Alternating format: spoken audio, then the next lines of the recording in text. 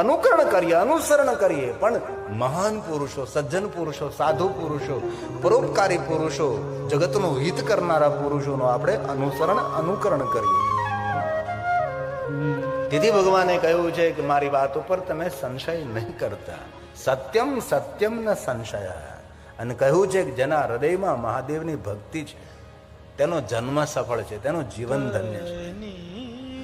ભગવાન બોલા યતઃ સદા શિવે ભક્તિ દ્રષ્ટિ ત્વયિ રાજતે દ્રષ્ટિ ત્વયિ રાજતે. જેના હૃદયમાં ભગવાન મહાદેવની ભક્તિ રાજ કરે છે તેનું જન્મ લેવો સફળ છે, તેનું જીવન ધન્ય છે. થોડો આક્રોશ વ્યક્ત કર્યો છે. મારા શબ્દો નથી, વ્યાસ ભગવાનના શબ્દો છે. એમાં એમ કહ્યું સર્વ સાક્ષીરૂપ મહાદેવ. આ સૃષ્ટિના સાક્ષીરૂપ કોણ છે? ભગવાન શિવ છે. જ્યારે વિશ્વની અંદર કોઈ દેવી દેવતાઓનું અસ્તિત્વ નહીં હતું, સૃષ્ટિ સર્જન પહેલા કોણ હતું? ભગવાન શિવ. તેથી કહ્યું સર્વ સાક્ષી સ્વરૂપ મહાદેવનું જે ધ્યાન કરે છે, ભગવાન શિવનું જે પૂજન કરે છે તે તો ધન્ય છે જ. પણ એવું કહ્યું કોણ શિવનું ધ્યાન નથી કરતા, કોણ મહાદેવનું અર્ચન નથી કરતા, કોણ મહાદેવનું પૂજન નથી કરતા? તો કહ્યું મૂર્ખ કુર્વંતી. જે મૂર્ખ માણસો છે ભગવાન શિવનું ધ્યાન નથી કરતા, મૂર્ખ માણસો ભગવાન શિવનું અર્ચન નથી કરતા, મૂર્ખ માણસો શિવજીનું સ્મરણ નથી કરતા. અને જે કોઈ શિવનું સ્મરણ નથી કરતા તેની કોઈ દી ગતિ નથી થતી, એમની કોઈ દી સદગતિ નથી થતી.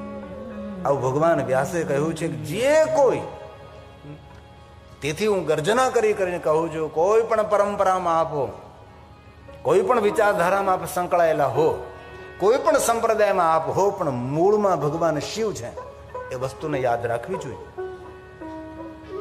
આ શ્લોક ભગવાન વ્યાસજીએ ગાયો છે. ન પશ્યન્તિ મહાદેવં સર્વ સાક્ષિણમીશ્વરં એતદ એવ ન કુર્વન્તિ મૂર્ખ શંકર. જે મૂર્ખ લોકો શિવનું પૂજન નથી કરતા તેની કોઈ ગતિ નથી થતી, તેની સદગતિ નથી થતી. આવું ભગવાન વ્યાસજીએ શિવ મહાપડા ગ્રંથના પ્રારંભમાં કહ્યું છે. બહુ સુંદર વાત છે.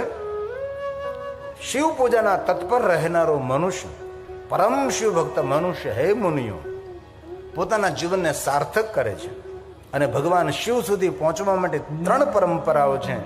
એક તો ભગવાન મહાદેવના નિરાકાર લિંગ સ્વરૂપની પૂજા, બીજી પરંપરા છે રુદ્ર જાપ, ત્રીજી પરંપરા છે પંચાક્ષર મંત્રનો જાપ. ત્રિપરંપરા દ્વારા મનુષ્ય તાપત્રય હરમ અને મુક્તિને પ્રાપ્ત થાય છે. કેટલી સુંદર વાતો કરી છે. મુક્તિ માટે કોઈ વલખા મારવાની જરૂર પણ નથી ને. જે માણસ મુક્તિની ઈચ્છા ધરાવતો હોય તેના માટે રુદ્ર જાપ કરો, પંચાક્ષર મંત્રનો જાપ કરો, અથવા નિરાકાર ભગવાન મહાદેવના લિંગ સ્વરૂપની પૂજા કરો, અર્ચન કરો. એ જીવાત્મા બિન પ્રયાસ મુક્ત બને છે. આવું ભગવાન મહર્ષિ વેદવ્યાસજી કહે છે. અને શિવ મહાપડા ગ્રંથમાં લૌકિક કથાઓ જો જ નહીં વાત, જે આપણી સાંસારિક કથાઓ છે. હમણાં આમજામાં કથા હતી તો બહુ દ્રષ્ટાંતકમય કથા કહી, ભાવાત્મક કથાઓ, સાંસારિક બધા દ્રષ્ટાંતોથી માણસો રડે, શ્રોતાઓ રડી પડે, ધ્રુસકે રડી પડે. તો શ્રોતાઓ શું કહ્યું ખબર? આમ જમે બહુ સરસ કથા, બહુ સરસ કથા. મેં કહ્યું એ કથા નહીં હતી, કથણી હતી. સાસુઓના દ્રષ્ટાંતો કોઈ કથા છે? બાપ દીકરાના દ્રષ્ટાંતો કોઈ કથા છે? ભાઈ ભાઈના દ્રષ્ટાંતો કોઈ કથા છે? જે લૌકિક વાતો કરી એ કથા છે? હિન્દુને કથા ન કહેવાય, તેને કથણી કહેવાય. અને લોકોને કથણી વાલી લાગે છે. કથામાં પ્રેમ રાખનારા તો શ્રોતાઓ કોઈ હોય છે, જેને પ્રભુની કથાનું શ્રવણ કરવું હોય છે. લોકોને એવું ગમે છે. લૌકિક વાતો ગમે છે, લોક સાહિત્ય જરૂર છે.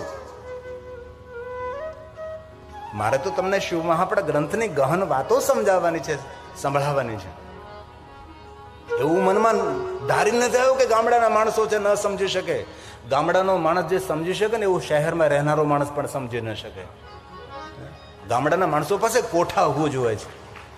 ભલે યુનિવર્સિટીમાં ભણ્યો ન હોય પણ એની કોઠા હોવું જ, એની દીર્ઘ દ્રષ્ટિ, તેની દિવ્ય દ્રષ્ટિ એ અલૌકિક હોય છે. પણ બહુ હૃદયથી પ્રાર્થના, ધ્યાન આપજો. મુક્તિદમ મુક્તિદમ તત્રયં પ્રભુર મનુષ્ય શિવ. હે મહાત્માઓ, હે મહાત્માઓ, પહેલો માર્ગ લિંગાર્ચનમ રુદ્રજમ પંચાક્ષરં જપસ્તથા. પંચાક્ષર મંત્રનો જાપ કરો. હાલતા ચાલતા, બેસતા, ઉડતા, ખાતા, પીતા, ઊંઘતા, જાગતા, પવિત્ર અવસ્થામાં, અપવિત્ર અવસ્થામાં, ઘરમાં, વનમાં, સ્મશાનમાં, કોઈ પણ સ્થિતિમાં જપે પંચાક્ષરમ સર્વ સિદ્ધિ લભે નર. દુનિયાની દરેક સિદ્ધિને પ્રાપ્ત કરવી હોય એમને પંચાક્ષર મંત્રનો જાપ કરો. પણ સિદ્ધિ એટલે શું? કોઈને ફૂંક મારીને ચકલી બનાવી દેવી એ સિદ્ધિ છે? સિદ્ધિનો અર્થ થાય છે સિદ્ધિ દ્રષ્ટિ, દિવ્ય દ્રષ્ટિ, આગવી દ્રષ્ટિ, આગવી સૂઝ, કુચાગ્ર બુદ્ધિ, અને સિદ્ધિ કહેવાય. અને આપણે લોકો એવું સમજીએ કે સિદ્ધિ એટલે જાદુ મંત્ર. નહીં, નહીં. શ્રદ્ધા અને વિશ્વાસનો વાત અલગ છે, બાકી જાદુ વસ્તુ અલગ છે. લોકો એની પાછળ દોડે છે. સિદ્ધિનો અર્થ થાય છે દૂર દ્રષ્ટિ, દીર્ઘ દ્રષ્ટિ, દિવ્ય દ્રષ્ટિ. ભગવાન મહર્ષિ વેદવ્યાસ કહે છે સતત પ્રયત્ન પૂર્વક મહાદેવને જે શુભ કથાનું શ્રવણ કરે છે, ધ્યાન દીजिए. और हृदय में एक बात याद रखिए कि कथा कोई वार्ता નથી, કથા વ્રત છે. દુનિયાના દરેક વ્રતો આપણે કરી ન શકીએ, પણ જો કથાનું શ્રવણ કરીએ તો દરેક વ્રતોનું ફળ કથા શ્રવણ કરવા માત્રથી પ્રાપ્ત થાય છે. તેથી આ કથા વ્રત છે. અને ક્યાં 24 કલાક સાંભળવી છે? સદગુરુદેવ શ્રી જનકસિંહ સાહેબે 9 દિવસને રોજ અમે 3 કલાક, 3 કલાકમાં તો આપણે અડધો કલાક તો મોડા આવીએ. એ તો આપણો સમય ગયો જ. અને સમય હાથમાંથી સરી જશે પછી હાથમાં ફક્ત પસ્તાવો રહેશે. તેથી એટલું મોટું આયોજન કર્યું છે. સમય પર કથામાં પધારીએ આપણે. અને મેં કાલે પણ કહ્યું હતું સમય અનુસાર અહીંયા પધારીશ. 3 વાગ્યા પહેલા મારે આવવાનું, પણ રાઈટ 3 વાગે હું વ્યાસપીઠ ઉપર હતો. પણ આજ મારે થોડા મહેમાન આવ્યા એટલે થોડુંક એમની સાથે મારે વાર્તાલાપ કરવો પડ્યો. આપની પાસે પણ હું આગ્રહ રાખું છું કે આપ સમય પર ભગવાન મહાદેવની કથાનું શ્રવણ કરવા પધારો. ભલે પહેલા નથી કહેતો, પણ 9 દિવસ કથાનું શ્રવણ કરો. કથા કલ્પ વૃક્ષ છે, કથા કામ ધેનુ છે. ચરિત્રમ દેવ દિવસ્ય મહાદેવસ્ય અપારમ પરમોદારમ ચતુર્વર્ગસ સાધનમ. ધર્મ, અર્થ, કામ, મોક્ષ માગવા ન પડે, આપોઆપ કથા આપે છે. તેથી શિવ મહાપડ ગ્રંથમાં કહ્યું સતત પ્રયત્ન પૂર્વક મહાદેવજીની શુભ કથાનું જે શ્રવણ કરે છે, જે સાંભળે છે, હે બ્રાહ્મણો, શિવ પ્રત્યે જે પ્રેમ ધરાવે છે એવી બુદ્ધિ ધરાવનારો માણસ ભગવાન શિવના સાનિધ્યને પ્રાપ્ત કરી શકે છે. પોતાની કામના, મનોકામનાની પૂર્તિ કરી શકે છે. આ ભગવાન મહર્ષિ વેદવ્યાસજીના વચનો છે. શ્લોક એટલા માટે હું બોલું છું, હું કોઈ કાલ્પનિક વાત તમને નથી કહેવા માંગતો. જે ભગવાન મહર્ષિ વેદવ્યાસજીએ કહ્યું છે એ આપની સમક્ષ હું કહેવાનો પ્રયાસ કરું છું. અઘરું જરૂર લાગે છે, પણ સમજવું બહુ જરૂરી છે. વિદ્યાર્થી ભણતો હોય ને અઘરો વિષય પકડે જ નહીં તો સફળ કેવી રીતે થઈ શકે? એ ક્લાસ 1 ઓફિસર કેવી રીતે બની શકે? જો ભાગતો ફરે કે અઘરો વિષય છે, ભાઈ અમારાથી નહીં થાય, તેના જીવનમાં મોટી સફળતા ન મળે ને. સહેલું સહેલું પકડવાથી કાંઈ ન થાય. કોઈ પણ ક્ષેત્રમાં સફળ થવું હોય તો મોટા મોટા સાહસ કરવા પડે છે, મોટું રિસ્ક લેવું પડે છે. ત્યારે માણસ કોઈ પણ ક્ષેત્રમાં સફળતાને પ્રાપ્ત કરી શકે છે. તેથી ભગવાને કહ્યું છે જે કોઈ આ કથાનું શ્રવણ કરે છે, શૃણુ શૃણુયન્નેન સતતમ સતતમ મહાદેવ કથા શુભ કરનારી, મંગલ કરનારી, મનોકામનાને પૂર્ણ કરનારી ભગવાન મહાદેવની કથા છે. બુદ્ધિને શુદ્ધ કરનારી અને જીવનના કાર્યોને સિદ્ધ કરનારી આ ભગવાન મહાદેવની કથા છે. શિવ બુદ્ધિ ગુરુ શૈવેષુ સતતમ દ્વિજા શૈવેષુ સતતમ દ્વિજા. બહુ સુંદર વાત કરી છે. સંસારને તરવાનો ઉપાય શંકર ભગવાનનું પૂજન એ શ્રેષ્ઠ ઉપાય છે. ભગવાન મહાદેવ પ્રતિ ભાવ, ભગવાન શિવજીનું અર્ચન, ભગવાન શિવજીનું દર્શન મનુષ્ય ભવ પાર તરી શકે છે. સંસાર તરણો પાર. સાગરને તરવા માટે તો મોટા મોટા જહાજો હોય છે, 7 સમંદર તમે તરી શકો છો, પણ મોટામાં મોટો જો સમંદર હોય તો જીવન સમંદર છે. તો સંસાર સાગરમાંથી જેને તરવું હોય તેના માટે આ ઉપાય છે. ભગવાન શિવની કથાનું શ્રવણ કરવું, મહાદેવનું પૂજન કરવું, શિવજીનું સ્મરણ કરવું, ભગવાન શંકરજીને યાદ કરવા. ધ્યાન દીજીએ.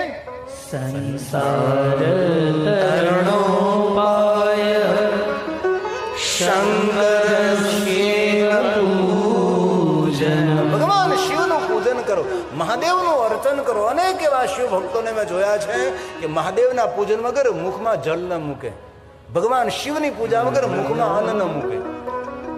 આવા મહાદેવના ભક્તો આ ધરતી પર અત્યારે પણ વર્તમાનમાં છે. કોઈ પણ કાર્યનો પ્રારંભ કરે, મહાદેવનું દર્શન કરે, મહાદેવનું પૂજન કરે છે, શિવનું સ્મરણ કરે છે. આંખ ખુલે મહાદેવને યાદ કરે છે, નિંદ્રા ખુલે શિવને યાદ કરે છે. જો આ શિવ કથા છે એટલે હું શિવજીનો મહિમા સમજાવીશ. અન્ય બીજી કોઈ અપેક્ષાઓ નહીં રાખતા. અને સદગુરુનું સાનિધ્ય છે. અને ભગવાન શંકર જગતગુરુ તો છે જ, અને ભગવાન શંકર તો ત્રિભુવન ગુરુ છે. દેવતાઓનો ગુરુ બૃહસ્પતિ દેવ છે, અને બૃહસ્પતિનો ગુરુ શિવ છે. અને આપણે આ સદગુરુની છત્ર છાયામાં મહાદેવની કથા સાંભળવાનો અવસર મળ્યો છે. સદગુરુ પરંપરા છે. હરિસિંહ સાહેબ ગુરુ પરંપરા અંદર અત્યારે નિર્વાહ કરી રહેલા આપણા જનકસિંહ સાહેબ છે. અને આટલી મોટી કથાનું આયોજન કરવું કોઈ સહેલી વાત તો નથી, બહુ કઠિન છે. આટલી ભોજન પ્રસાદની વ્યવસ્થા, મહેમાનોની વ્યવસ્થા બહુ મોટી વાત છે. તેથી કાલે પણ કહ્યું હતું અને આજે પણ કહું છું, ગદગંગાના જે સમર્પિત ભક્તો છે સદગુરુના સાનિધ્યની અંદર, એ સૌને હું ગિરિબાપુ હૃદયથી બિરદાવું છું, હૃદયથી પ્રણામ કરું છું.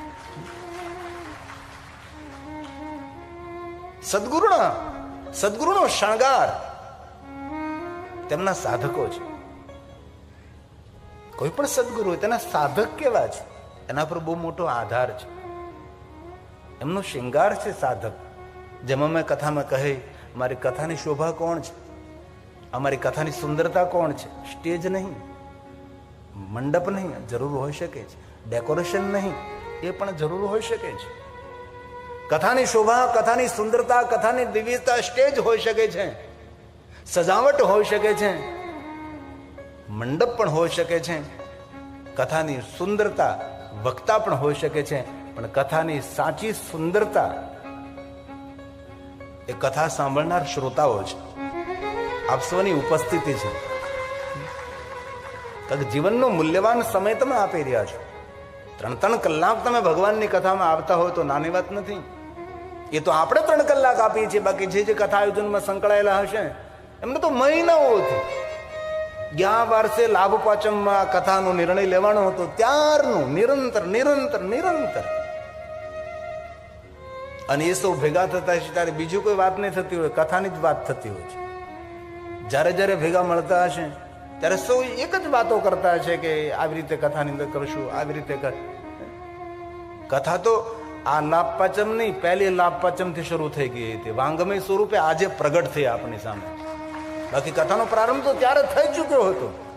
એ તો જનકસિંહ સાહેબને ખબર હોય. કોઈ પણ સેવક સમુદાય ગદગંગા મળે અથવા કોઈ પણ તેમનું જે સમર્પિત યુવક મંડળ છે મળે ત્યારે આ જ વાતો થતી હોય. બે શું કરશું, કેમ કરશું, કઈ રીતે કરશું, કેટલા લોકોને હળવું મળવું. તેથી આપણે સદગુરુ પરંપરાની અંદર આપણે ભગવાન મહાદેવની કથા ઉપલબ્ધ થઈ છે. તો બહુ સુંદર વાત કરી છે. જેને ભવ પાર થવું હોય તેના માટે શિવ પૂજનમ શંકરમ સંસાર તરણોપાય. સંસાર તરણોપાય. એક એક શ્લોક મહાદેવનું આરાધન છે. એક એક શ્લોક આપણને પુણ્ય આપે છે. એક એક શ્લોક પાપમાંથી મુક્ત કરે એમ નહીં, એ ખોટી વાત છે. ઘણા માણસો એમ કે કથા સાંભળવાથી પાપમાંથી મુક્તિ મળે. હું આપણે પાપિયા છીએ? આપણે જાતને શા માટે આપણે પાપી કહીએ ભાઈ? કથા સાંભળવાથી પાપમાંથી મુક્તિ તો મળે ન મળે, કથા સાંભળવાથી પુણ્ય મળે છે. અને જે માણસમાં પાપ હોય ને એને કથા સાંભળવાનો વિચાર પણ ન આવે. કથા શ્રવણ કરવાનો દિવ્ય વિચાર એ પણ એક પુણ્યનું ફળ છે. જેની પાસે પુણ્ય ન હોય તેને સારા વિચારો પણ ન આવે, સારો માર્ગ પણ ન દેખાય, કથા શ્રવણ કરવાનો અવસર પણ તેમને મળે ન મળે. જેની પાસે પુણ્ય નથી, જે કાંઈ આપણે અત્યારે 3-3 કલાક બેસીએ છીએ આપણે પુણ્યનું કોઈ ફળ છે એટલે કથાનું શ્રવણ કરી રહ્યા છે. તો ભગવાન વ્યાસ બોલે છે સંસાર તરણોપાય શંકરસ્યૈવ પૂજનમ. શિવની પૂજા કરો. તતસ્ત્વં સર્વભાવેન શિવં પૂજય શંકરમ. શિવં પૂજય શંકરમ. કેટલી સુંદર વાત કરી છે.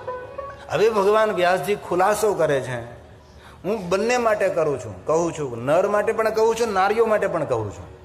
આ સ્પષ્ટતા કરી છે કે કોઈ એવું નારી એવું ન સમજે કે જે કાંઈ કહેવાય છે પુરુષો માટે કહેવાય છે.